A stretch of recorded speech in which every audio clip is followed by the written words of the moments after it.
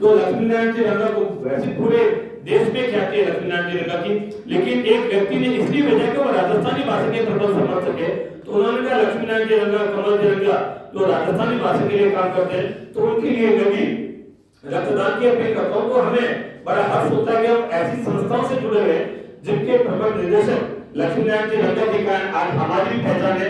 हाँ, हम भी कह सकते हैं मैं भी नालंदा में हूँ, मैं नालंदा का विद्यार्थी हूँ, नालंदा का स्टाफ है, नालंदा का परिवार का सदस्य हूँ। तो इसी क्रम में आज मैं सबसे पहले आदेश चाहूंगा प्रज्ञान संस्थान के कमल जी के पुस्तकों का लोकार्पण के लिए सबसे पहले बच्चे जो है उनको बुलाना चाहूंगा। मानसी व्यास, कृतिका रंगा और हर्षिता रंगा, इनको बैठा के मारा तो लग रहा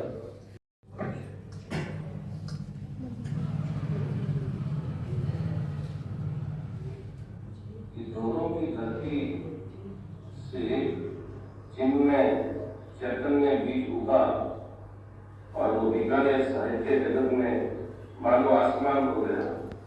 उन्होंने अपने हर शब्द से उन भावों को व्यक्त किया जिन भावों को जानने के लिए कण कण में वो अनहद के रूप में गूंज रहा है।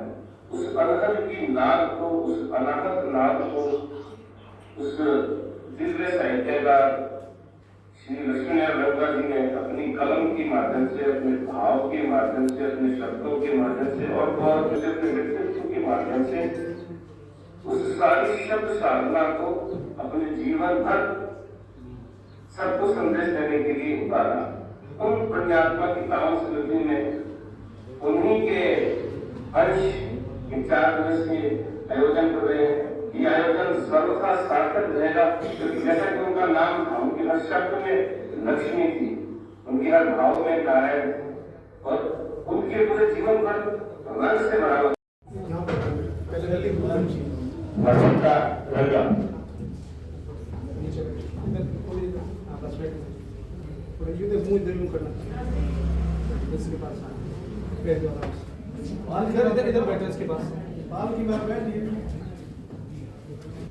नन्ही बालिकाओं के बाद मैं आग्रह करना चाहूंगा नंद गोपाल पुरोहित से कि वो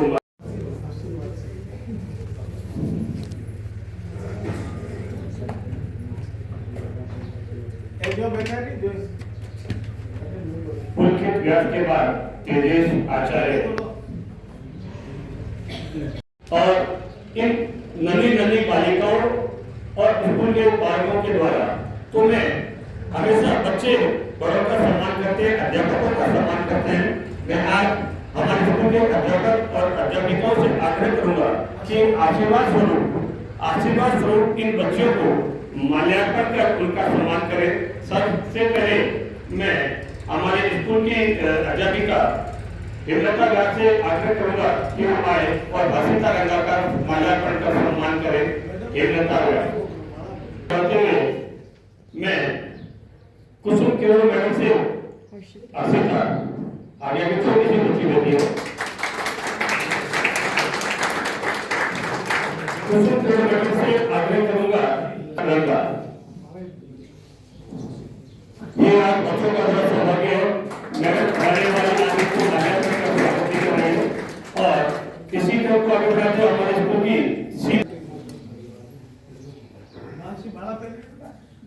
सेवा परिवार हर्षिता व्यास को माल्यार्पण कर स्वागत करेंगे। तालियों की गड़गड़ाहट से तो आप लोगों को कमेटी बच्चों का हौसला बढ़ेगा। उनको भी लगेगा कि आज हम मंच में, आप हमेशा हम लोग होते हैं, आज ये लोग मंच में, तो हमें इनका तालियों के द्वारा हौसला बढ़ाना चाहिए। इसी क्रम को आगे बढ़ाते हुए अंजुरा मैडम से, बबीता मैडम से आग्रह करूंगा कि वो आगे आए और मानसी व्यास का माल्यार्पण कर स्वागत है।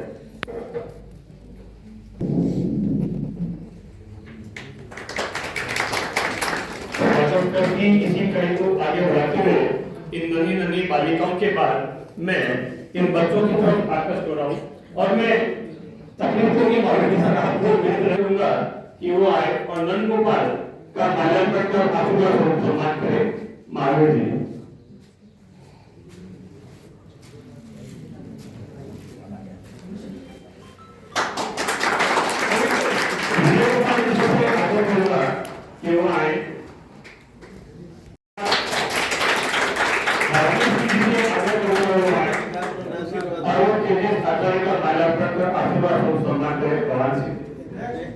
उसके बाद अविनाश जी से आपको करूंगा आए अविनाश जी बिहार और नंद गोपाल का माल्यार्पण कर आशीर्वाद को सम्मान करें। आशीष नड्डा जी से आग्रह करूंगा कि वहां आए और प्रीति प्रयास का माल्यार्पण कर स्वागत करें।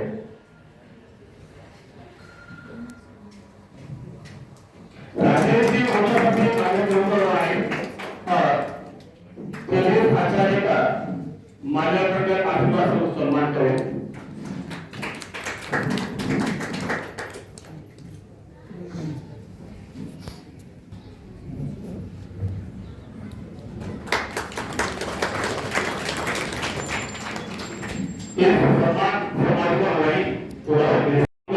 जितने पल में रखाऊंगा बड़े समय हर एक कृत्यों के लिखा है जो समाज उत्थान का काम हो, नारी शिक्षा के काम हो, नशे के खिलाफ काम हो, तो बहुत से कुछ लिखा। तो मैं इस स्वागत क्रम में हमारे शाला के प्राचार्य राजेश शर्मा जी से आग्रह करूंगा कि वो आए और स्वागत उद्बोधन दे। श्रीमान राजेश जी लगा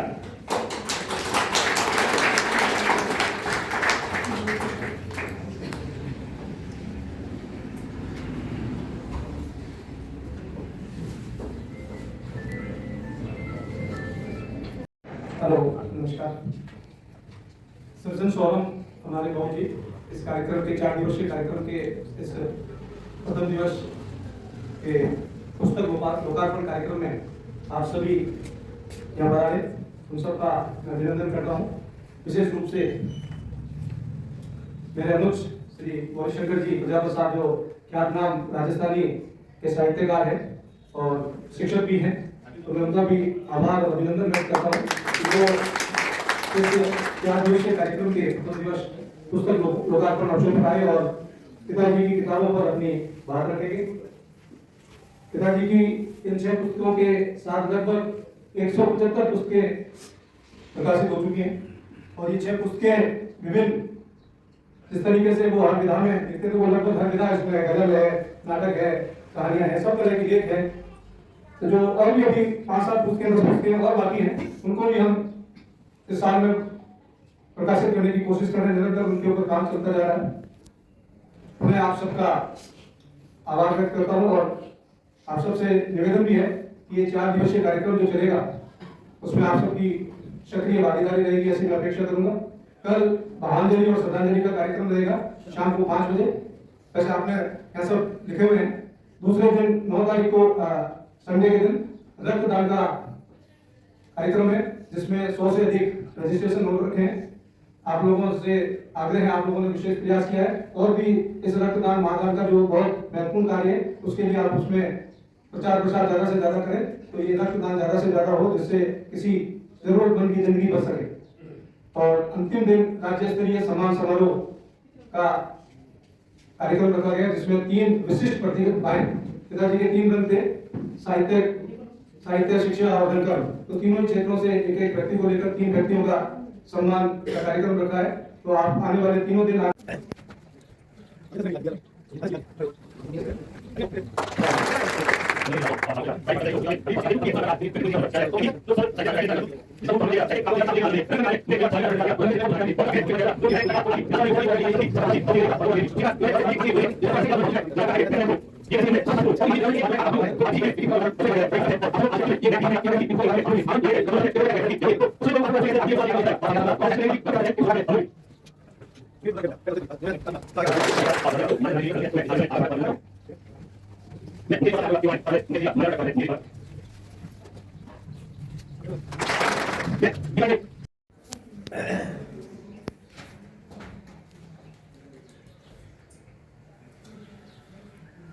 तेजस्तने टेडी लागली बीदर आणि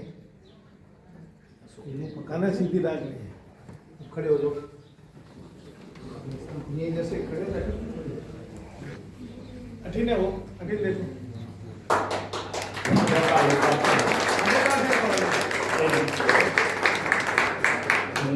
बालिकाओं और बालकों के द्वारा बड़ा ही हर्ष का विषय है कि जो कुछ किताबें अभी भी बहुत सी बाकी है, कुछ छपी है, उसका लोकार्पण आज इनकी द्वितीय पुण्यतिथि के अवसर पर किया जा रहा है। तो इनकी जो शब्द साहित्य, साहित्य शिक्षा रंगकर्म जिसका दो रूप तो हम लोगों ने देख लिया था, साहित्य का आप लोगों ने देखा, शिक्षा आप लोग देख रहे हो, नालंदा दे रही है। रंग कर्म के बारे में मुझे कई बार सौभाग्य मिला ऐसा बड़े सर के साथ जाने का, तो रंग कर्म के क्षेत्र में बहुत कुछ नाटककार भी थे, बहुत अच्छा अभिनय उनके द्वारा किया जाता था। तो उनकी विधाएं, उनका लिखा हुआ तो आज भी विधानसभा में नहीं, लोकसभा में नहीं बोला जाता है कि बीकानेर की संस्कृति सबका साझा सी, दाऊद जी मेरे देवता और लोग बेटा मेरे भी। उसी प्रकार इन्होंने बहुत से सामाजिक उत्थान के लिए दोहे लिखे, जिसमें सबसे बड़ा नशे के खिलाफ उन्होंने बहुत कुछ लिखा है। ज्यादा गुटखा खाए के फैशन में मत खोए, ये कैंसर के मूल है, सांस सांस को रोक। बहुत ही मार्मिक लिखा उन्होंने, एक एक बात को जोड़ा कि आप हम इनको खा रहे हैं। तो आज इसी कड़ी में इनकी पुस्तकों का लोकार्पण बच्चों के द्वारा किया जा रहा है, बड़ा ही हर्ष का विषय है। और आप सब लोग आज इसके साक्षी बने, ये एक नया इतिहास बनेगा कि हम बड़े सर की इन पुस्तकों के लोकार्पण में हम लोग भी थे। आज हम यहाँ देखते हैं जब कमल भाई साहब ने ये बड़े बड़े फ्लैक्स लगे बड़े सर की यादों के, तो उस समय तो गए उनको आज तक हो रहा है, उस समय कैसे थे, आज हम भी कई वर्षों बाद ये कार्यक्रम आगे चलता रहेगा, 12 साल 13 साल 15 साल, तो हमारे छायाचित्र भी लगेंगे, तो हम भी गर्व के साथ कह सकते हैं कि उस लोकार्पण में हम लोग भी थे।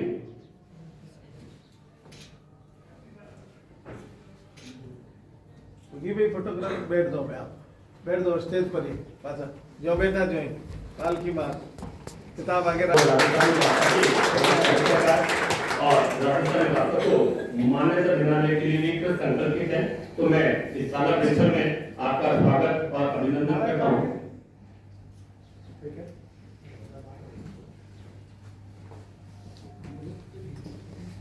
मैं मुख्य अतिथि तंवर साहब से आग्रह करूंगा कि वो आए और हमारे मुख्य अतिथि जी का माल्यार्पण का स्वागत करें। मुख्य अतिथि तंवर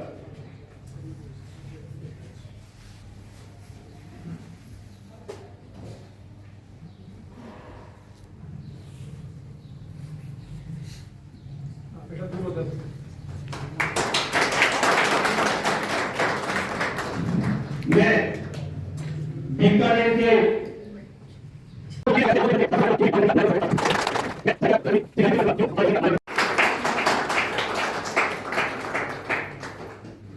इसी क्रम को आगे बढ़े तो मैं आलोक जी जोशी से आग्रह करूंगा कि वो आए।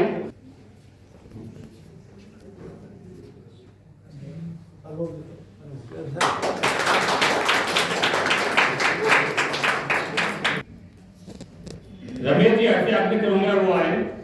रमेश जी आप सर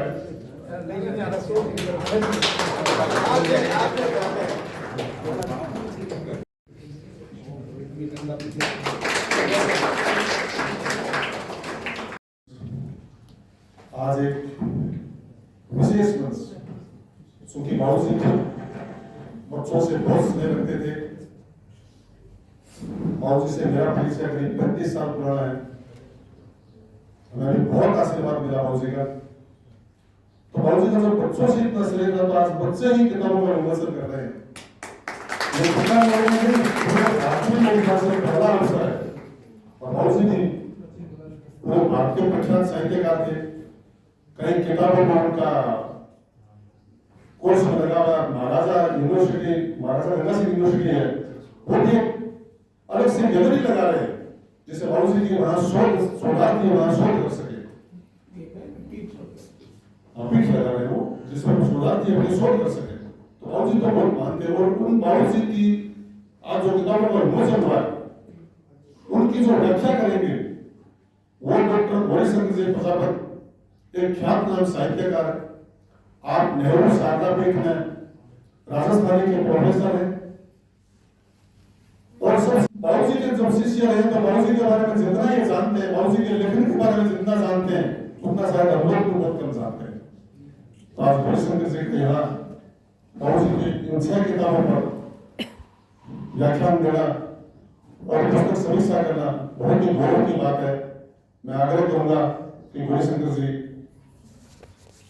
अपनी वाणी में बाबूजी की इन 6 पुस्तकों का व्याख्यान करें। धन्यवाद।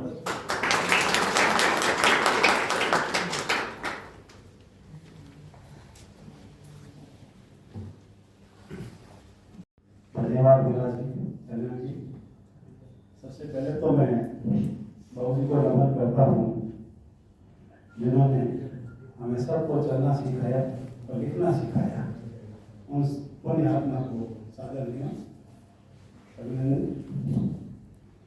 मंच के सामने मंच पर बैठे हुए मेरे प्यारे बच्चों और बच्चियों और आप सामने कमल जी, रंगा भाई साहब, फारूक साहब, विराज जी और शिक्षक साथी और बच्चों, लक्ष्मण जी रंगा, तो मेरा परिचय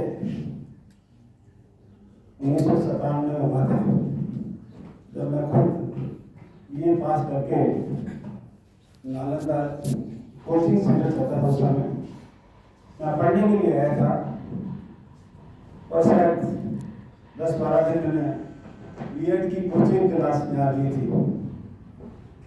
उस समय राजेश जी से मुलाकात हुई तो बड़े भाई साहब उन्होंने मुझे भेज दिया और गंगा जी ने मुझे पूछा, सब्जेक्ट राजस्थानी था तो बीएड करके शिक्षक बनना चाहता हूँ।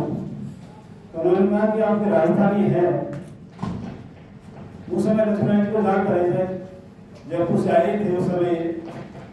उन्होंने कहा राजस्थानी है तो हमारे यहाँ भी 12वीं कक्षा में राजस्थान की कोचिंग क्लासें लगती है, क्या आप पढ़ाना शुरू करेंगे?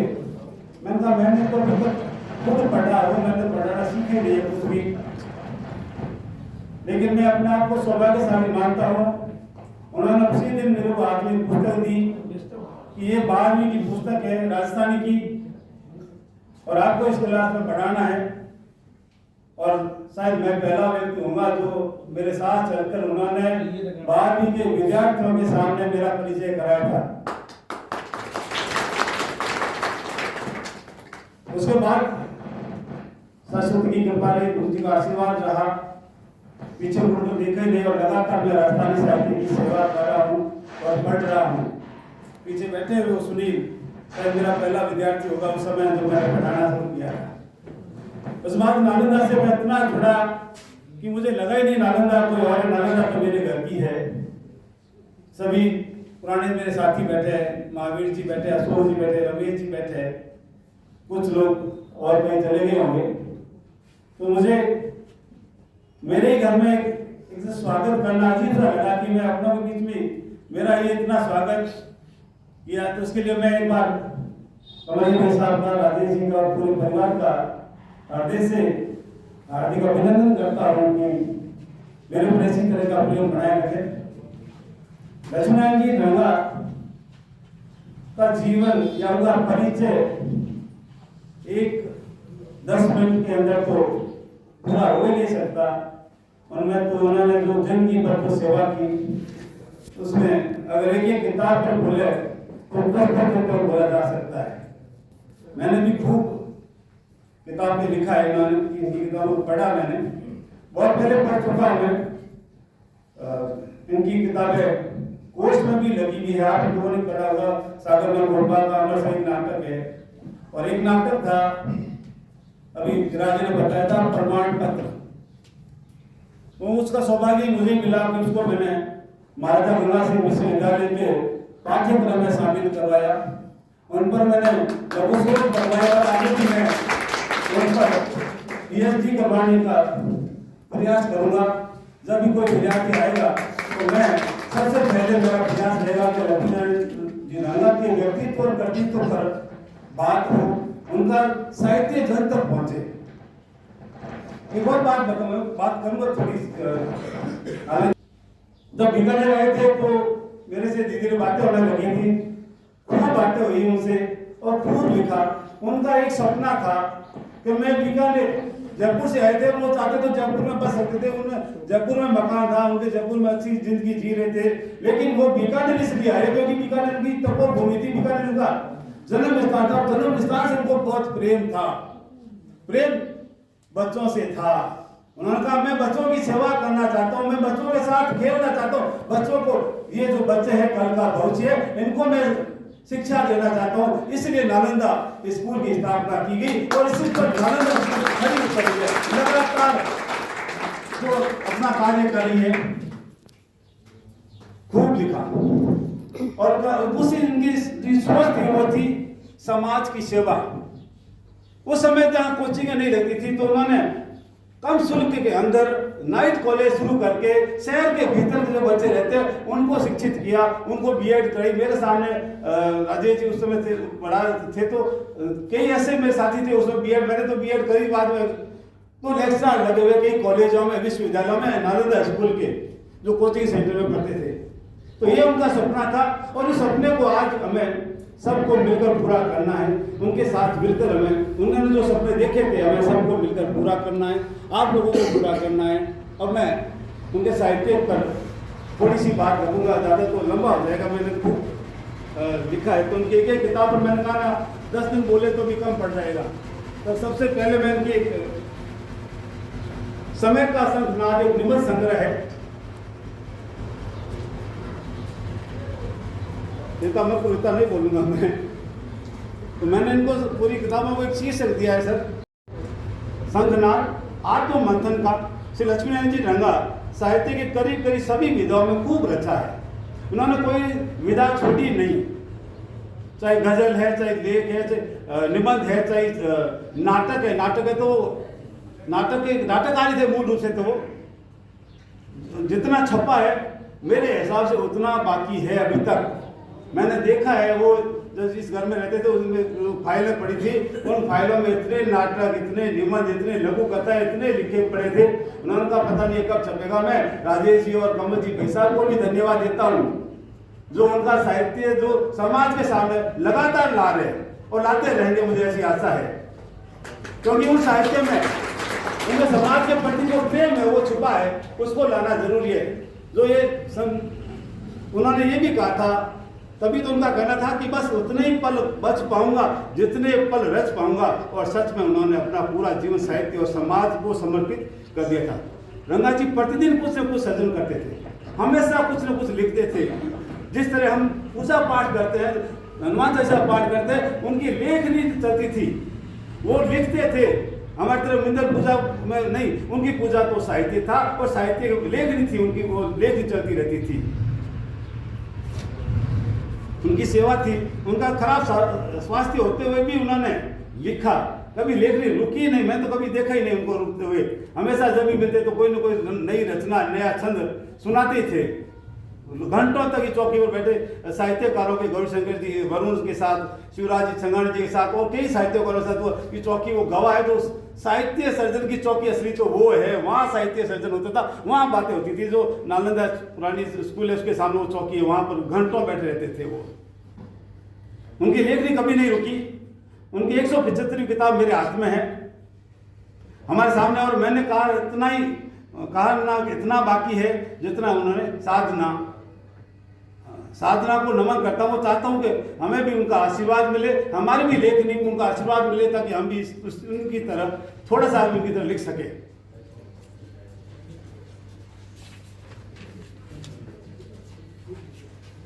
शंखनाद का आत्म मंथन।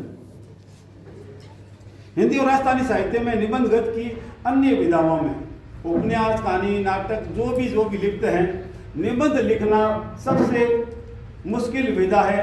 निबंध गत की कसौटी होता है, आप लोगों ने पढ़ा होगा। लेकिन मैं एक बात बता दूं, निबंध लिखना सबसे कठिन काम है। जितने भी लोग लिखते हैं वो निबंध नहीं लिखते हैं, वो लेख लिखते हैं। गाय एक चौपाया जानवर है, उसके 4 कान होते हैं, वो लिखते हैं। लोग दूसरी जो सामग्री इकट्ठी की होती है उसको निबंध में लिखते हैं। लेख वो निबंध कहते जरूर है, लेकिन वो कभी निबंध नहीं होते, लेख होते हैं।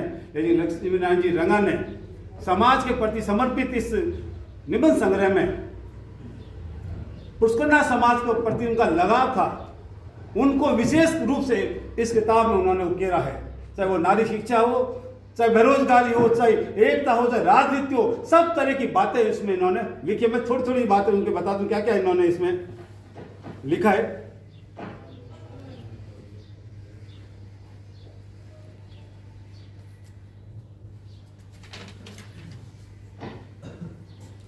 इस पुस्तक में 17 निबंध है।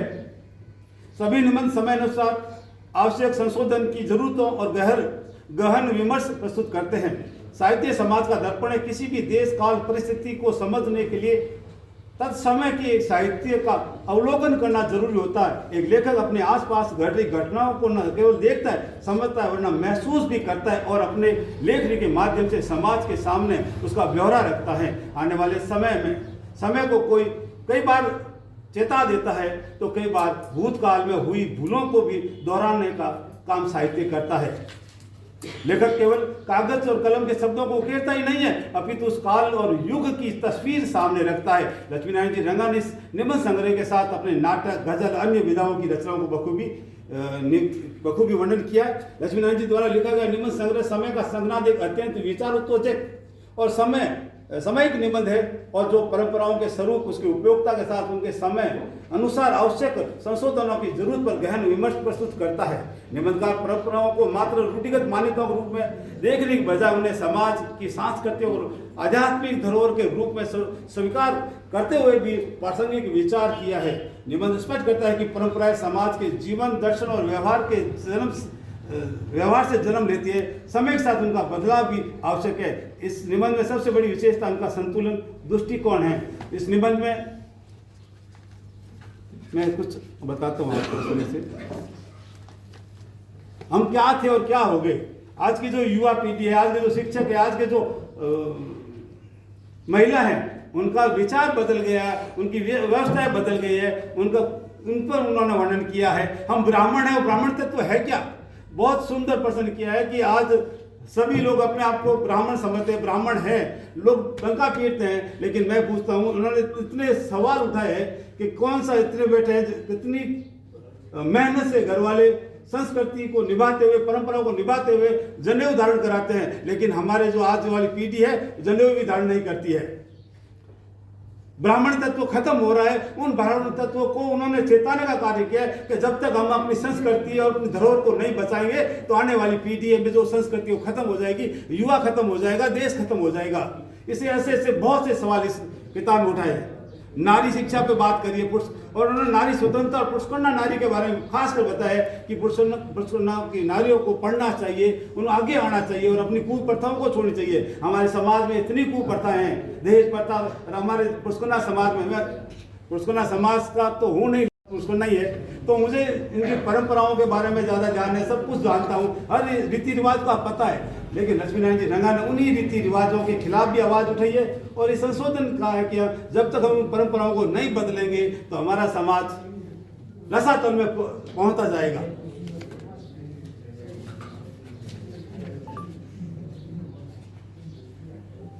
और कई बार ये भी कहते हैं कि वर्तमान समय में कई परंपराएं मात्र औपचारिकता बनकर रह गई हैं, फिर समाज के लिए आर्थिक और मानसिक बोझ बन चुकी है। उन परंपराओं को भी हमें जड़ से उखाड़ कर फेंकना पड़ेगा। एक और महत्वपूर्ण निबंध है, शिक्षक ही अपनी शिक्षा भूल गए तो हम क्या थे। आज का शिक्षक है जो अपनी शिक्षा को भूलता जा रहा है, वो अपनी परंपरा को भूलता जा रहा है। तो शिक्षकों के प्रति उन्होंने कछाट व्यंग करा है, समाज पर व्यंग करा है, आने वाली पीढ़ियों को उन्होंने चेताने का कार्य किया है। इसके साथ ही बहुत लंबा हो जाएगा, तो मैं और छोटी छोटी और किताबें परिचार की बात करता हूँ।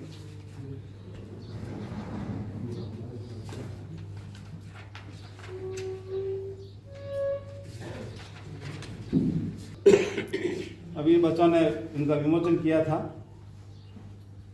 चढ़ता है तब गजल पे पानी। गजल संग्रह में सिर्फ शेरों और शायरी का संग्रह नहीं है, केवल अपने शेर और शायरी जो गजलें कहते हैं, इन्होंने लोगों की धारणा होती है कि गजल आशिक करता है, प्रेमी करता है, लेकिन गजल केवल आशिक और प्रेमी भी नहीं करता है, समाज को सुधारने का काम भी गजलें करती है। और वो काम बखूबी है जो लक्ष्मीनारायण जी रंगा ने अपनी गजलों के माध्यम से किया है। ढक गए धुएं से अगन कुंड अभी सभी, ढक गए धुएं से अगन कुंड सभी, इनसे तो कोई लपट अब धधकती नहीं। कुंभकर्णी नींद में सोया है वतन, जल रही है लंका आंख खुलती नहीं। तो देश जल रहा है, आंख खुलती नहीं है। उस राजनेताओं को चेताने का काम किया है, समाज के युवाओं को चेताने का काम किया है कि हमें इस तरह के समाज की व्यवस्था करनी है जिसमें हम अपना विकास कर सके, समाज हमारा विकास कर सके। प्रतीकों के माध्यम से संदेश समाज को दिया है। सामाजिक, राजनीतिक और सांस्कृतिक जड़ता पर तीखा व्यंग किया गया है। प्रतीकों का प्रयोग बहुत सशक्त और अर्थपूर्ण है, जो गजल की गहराई को प्रदान करते हैं। अग्निकुंड की बुझती लपटें, कुंकुरी नींद, धुंधला आईना, जंग लगी कड़ियां जैसे बिंब समाज की वास्तविकता को दर्शाते हैं। इसी तरह जब धुंध छा जाती है, पहचान खो जाती है, ये गजल जीवन में व्याप्त भ्रम, अनिश्चितता और मानसिक द्वंद्व का प्रतीकात्मक रूप प्रस्तुत कर रही है। जवानी है, मौसम है, सबाब है, जिंदगी हंसी सफर ख्वाब है। ये गजल प्रेम, सौंदर्य और जीवन के सुखद क्षणों के साथ उनकी कठोर सच्चाइयों को उकेरती है। प्रेम की मिठास है, जीवन की कड़ाहट है, अद्भुत मेल देखने को मिलता है। इसी तरह एक और इनकी गजल है, ये धुंधला सूरज। ये भी चेतावनी, ललकार और करुणा का दस्तावेज है। धुंधला का है सूरज भी चेतावनी, ललकार और करुणा का मानवीय संवेदनाओं के 6 नैतिक पतन, पर्यावरण संकट, रिश्तों की औपचारिकता और आध्यात्मिक गिरावट का प्रभावी रूप से इसमें प्रस्तुत किया गया है इस किताब में। अब मेरे सामने है लक्ष्मीनारायण जी रंगा के 3 नाटक। मूल रूप से तो नाटककार थे, मैंने कहा था, उनका जो केंद्रीय साहित्य अकादमी से पूर्णविदम को जो पुरस्कार मिला वो नाटक ही था, और भाई साहब को मिला अल्ले को अम्बा, वो भी नाटक की विधा थी। तो नाटक तो उनका अपना एक उनका अधिकार था, उनका यही ध्येय था कि बीकानेर में भी रंगमंच बने और उस पर लोग नाटक करें। मैं पहले बात करता हूँ बसंत। बसंत नाटक है जो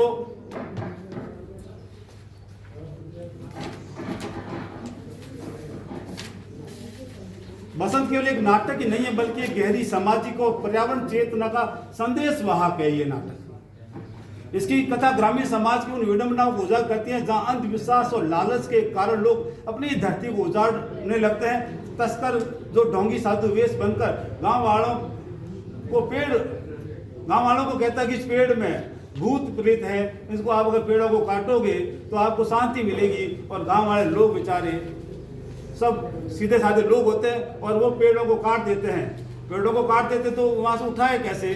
तब वो एक और रचना ढोंग रहते हैं और उन पेड़ों के अंदर ही कहते हैं जो कटे हुए पेड़ है उनमें भी भूतों की आत्मा है, उनको भी अगर यहाँ से नहीं जलाओगे तब भी ये आपको भूत है जो कष्ट देते रहेंगे। तब क्या करते हैं गांव वाले, उनको ही पूछते हैं क्या करना चाहिए, तो वो कहता है कि आप लोगों को मैं यहाँ से एक ट्रक मंगाऊँ, उस ट्रक से जो लकड़ी कटा हुआ जो पेड़ है उनको शहर भेज दो, कहीं और भेज देते हैं, जला देते हैं। लेकिन उनकी धारणा ये होती है कि मैं शहर में जाकर उनको बेचूंगा और पैसे कमाऊंगा। इसी बीच में गांव का एक पढ़ा लिखा व्यक्ति बसंत नाम का एक लड़का आता है और गांव में जो उन्हें जो सपना देखा था, जो बसंत खिला हुआ था, वहां पर उजड़ भूमि को देखते हुए वो विचार करने लगा ये क्या हो गया अचानक। तो गांव वालों से पता चला कि यहाँ कोई ढोंगी साधु महात्मा है, वो कहते हैं इन पेड़ों में भूत प्रेत है इसलिए इन पेड़ों को काट दिया गया है। लेकिन वो समझदार था, वो जासूसी करता है और उनको पता चलता है कि इस पेड़ों को काटने के पीछे उनका मकसद है जो आर्थिक मकसद है, उनका पैसे कमाने का लालच है इनमें।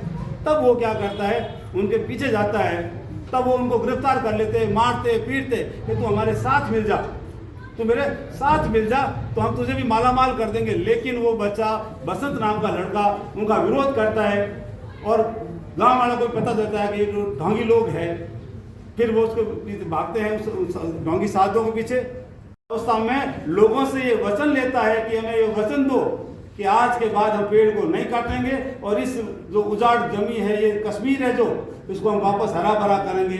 उसके साथ ही अपने प्राण त्याग देता है। तो बसंत है जो लोगों के जीवन में आज भी जिंदा है। इसी प्रकार ये जो मीरा पर है, जो मीरा पे नाटक है, मीरा पे बहुत से लोगों ने, बड़े साहित्यकारों ने नाटक लिखे। जो लक्ष्मीनारायण जी रंगा ने मीरा के अंदर मीरा को जो नया रूप प्रस्तुत किया जो आज तक किसी ने नहीं किया था। मीरा जो क्रांतिकारी रूप है, ये क्रांतिकारी वो रूप नहीं है जो जोरावर सिंह बारठ है, केसी सिंह बारठ और भी लोगों ने क्रांति की थी देश में अंदर। लेकिन मीरा की क्रांति अलग क्रांति है, वो क्रांति आपके सामने बैठी है। आपकी क्रांति सामने बैठी है कि बच्चे और औरतें जो घर से घूंघट के अंदर जीती थी, घुट घुट के दम तोड़ती थी, उन औरतों को, उन माताओं और बहनों को घर से बाहर मध्यकाल की स्थिति से जो अलग जो मीरा जगह थी वो आपके सामने है। अगर मीरा घर से बाहर नहीं निकलती तो आप लोग भी बाहर नहीं निकल सकते थे। तो मैं नारी स्वतंत्रता की जो पहली नारी है वो मीरा है। मीरा वो सामंतवादी व्यवस्था के अंदर, सामंतवादी व्यवस्था के अंदर जो घूंघट पता थी, वहां घर से बाहर निकला पाप समझ था, उस समय उन्होंने अपने महलों से बाहर निकलकर नारी को जागृत किया और साधु संतों के साथ में उन्होंने संगीत जो भजन कीर्तन किए, यात्राएं की और अलग जगह जो नारी के अंदर वो क्रांतिकारी रूप इस नाटक में देखने को मिलता है। अगर आप पढ़ोगे तो उसमें बहुत आनंद आएगा इसके अंदर। और एक अंतिम एक और नाटक है आपका इनके, माया टेंडरी। एक स्वतंत्रता सेनानी सैनिक की दास्तान है जिको बेचारो लड़ी लड़ रहा है। आप लोग एक पग है जिको खो देवे, उस समय आप परंपरा ही आज यह परंपरा है कि स्वतंत्रता सेनानी ने बहुत लाभ मिलिया करे, पेट्रोल पंप मिलिया, बाद में कहीं ना कहीं मिलने लग गया। बीच टाइम वो तो हो गया मेरे बच्चा ने स्कूल में फीस को लागती नहीं और मेरे परिवार ने नौकरी दिया करता है। तो भी स्वतंत्रता सेनानी बेरोजगार लड़को सरकार ऑफिस में जावे और कहे कि मैंने भी सरकारी नौकरी दी जाए कि हमारा पिताजी भी स्वतंत्रता सेनानी। हाँ, आप बात सुन, बैंक में अफसर कहे कि तू प्रमाण पत्र ले रहा, प्रमाण पत्र कटूँ वो घरार बाप ने कहे मैंने प्रमाण पत्र दो ताकि मैं नौकरी लाग दूँ। जब वो प्रमाण पत्र तो हुई तो मैंने ले जा तू, मांगन कोई प्रमाण पत्र को नहीं, मांगन कहीं भी को नहीं है। वो खूब चक्कर काटे, खूब सरकार ने कागज लिखे, लेकिन प्रमाण पत्र मैंने मिले ही को नहीं। आखिर में बाप भी हाथ बेटे आगे कि नहीं, वो बाप ने स्वाभिमान व्यक्ति हो, वो क्या तू चाल, पर मैं चाल ही को नहीं, मैं कह मैंने नहीं चाहिए नौकरी और मैं स्वाभिमानी व्यक्ति हूँ, मैं स्वाभिमान साथ देश की सेवा करिए, मैं लालच वास्ते सेवा करी को नहीं कि हमारे बेटे ने नौकरी मिले, हमारे बेटे ने पेट्रोल पंप मिले। तद वो बिचारो बाप को बेटे आगे झुकने पड़े। राजस्थान में कहावत है कि घड़े सु ठीक नहीं सुई घड़ो फूटे।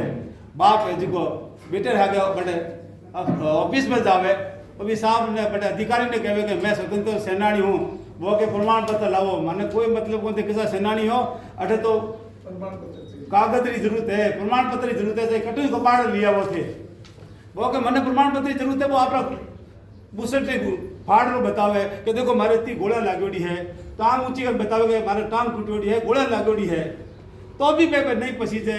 मैं तो एक ही कहवे कि मन तो कपाड़ प्रमाण पत्र लिया वो, और वो बड़े से वो बड़ो दुखी हो कट खट कट कट तो बड़े से चलो जावे और नाटक खत्म हो जावे। तो आज रे चंडिका सागे देखो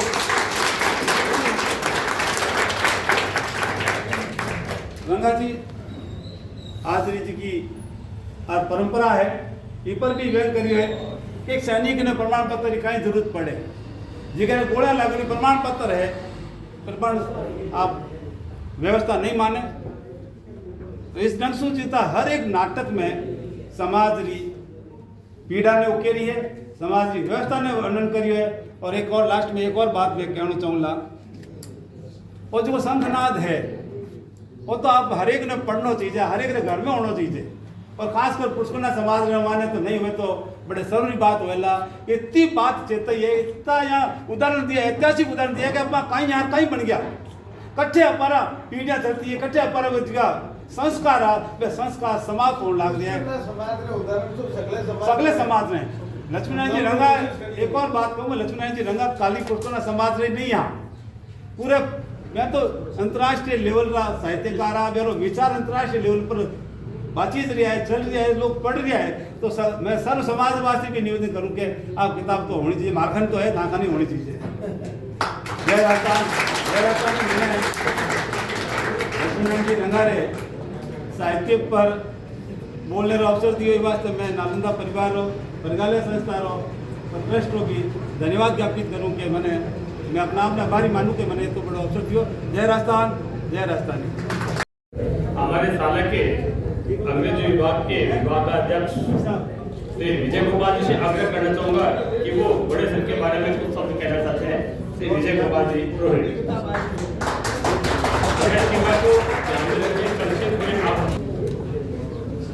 आदरणीय मंच और मेरे साथी और मेरे बड़े भाई साहब और मेरे सामने बैठे सभी साथीगण, मेरे सहपाठी जो मेरे साथ पढ़ते हैं और पढ़ाते हैं। बड़े सर का कार्यक्रम था, मैं लोग छोड़ नहीं पाया तो, क्योंकि उनके साथ मेरा बहुत सारा समय बीता था और उनको लेकर के थोड़ी भावुकता मेरी जुड़ी हुई रहती है। हम टीचर तो थे पर पढ़ना बड़े सर ने सिखाया। हम टीचर तो थे पर पढ़ना बड़े सर ने सिखाया। अक्सर कहा करते थे सर कि सिलेबस टीचर्स का पूरा होता है, बच्चों का पूरा नहीं होता है। और उन्होंने सिलेबस को बच्चों तक पहुंचाने का जो जुनून, जो जज्बा, जो तरीका होता है, उसके लिए वो हमेशा हमारे हृदय में विराजमान रहेंगे। और उनकी कुछ चीजों को जो मैं हमेशा नोट करता था, उनके साथ जब भी मीटिंग होती थी, घंटों मीटिंग होती थी, अक्सर उनकी बातों को हम नोट किया करते थे, उनके मिनट्स को हम नोट किया करते थे।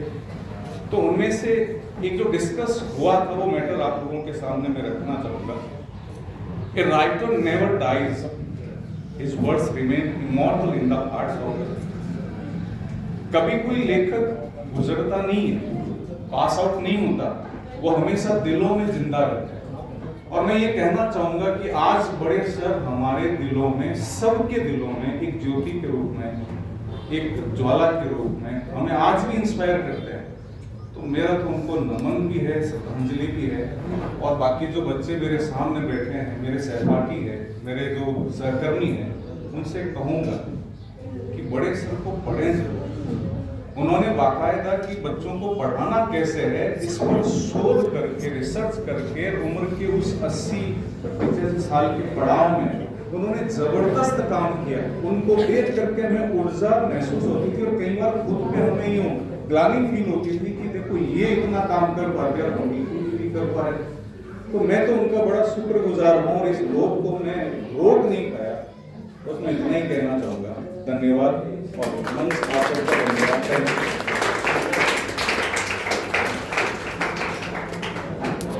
धन्यवाद विजय कुमार जी। बड़े सब तो पूरे इस आभा मंडल में दैदीप्यमान नक्षत्र है जो हमें हमेशा रात को सोते समय तारों के रूप में दिखाई देते हैं। तो हम उस पुण्यात्मा को स्मरण करते हुए, उनको नमन करते हुए अपने आप को गौरवान्वित महसूस करते हैं कि ये आज जो बच्चे बैठे हैं कल का इतिहास बन गए हैं। ये इतिहास इसलिए कहूंगा कि ये लोकार्पण कोई छोटा मोटा लोकार्पण नहीं, बड़े सर की किताबों का लोकार्पण है। तो मैं इसी क्रम को आगे बढ़ाते हुए हमारे बीकानेर के साइंटिस्ट एपीजे अब्दुल कलाम कहूं या जो भी वो उचित समझे, फारूक साहब से मैं बहुत इंप्रेस हूँ मेरे लिए, तो उनसे कहूंगा आभार के लिए पाए मोहम्मद फारूक साहब।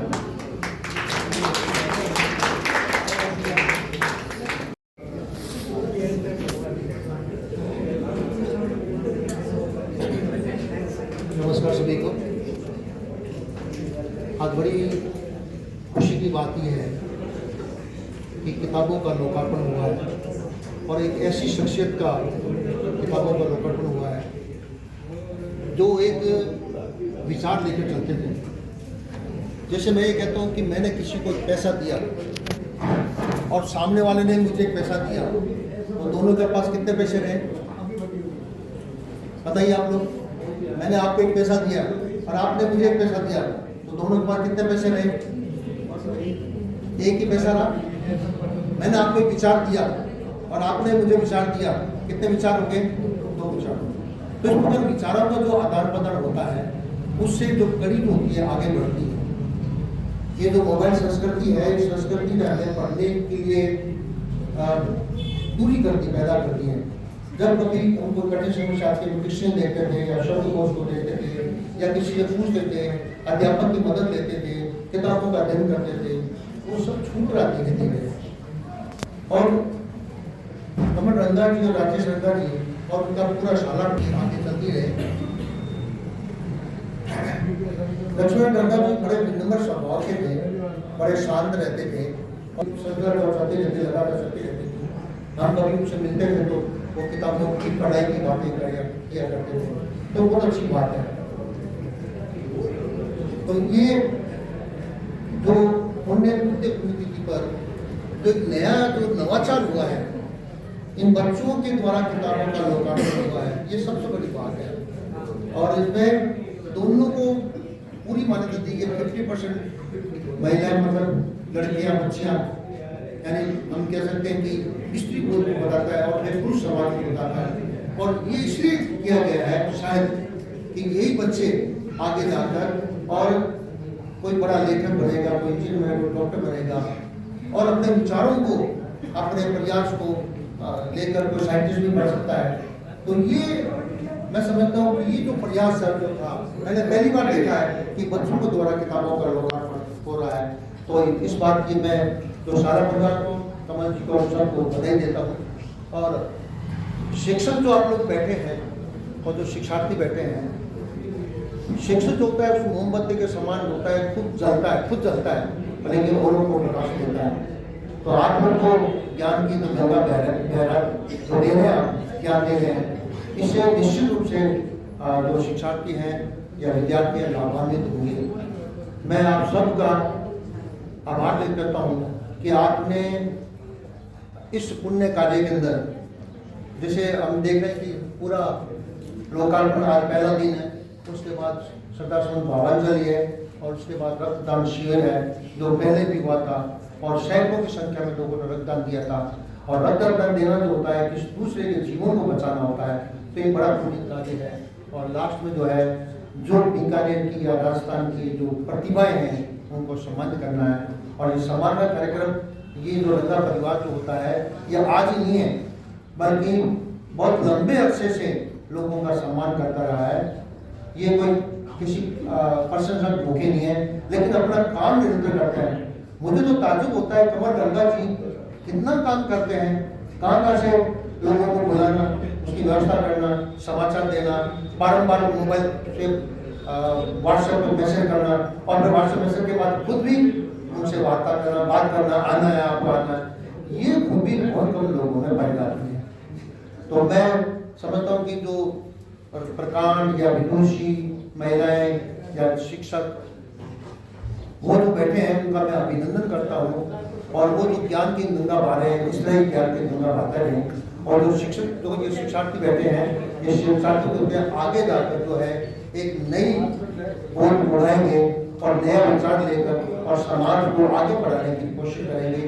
और मुझे जो आभार प्रकट करने की मौका दिया है, मैं इस सारा परिवार का, अमर गंगा जी का, राजेश गंगा जी का और समस्त गंगा परिवार का मैं आभारी हूँ कि आपने मुझे दिया।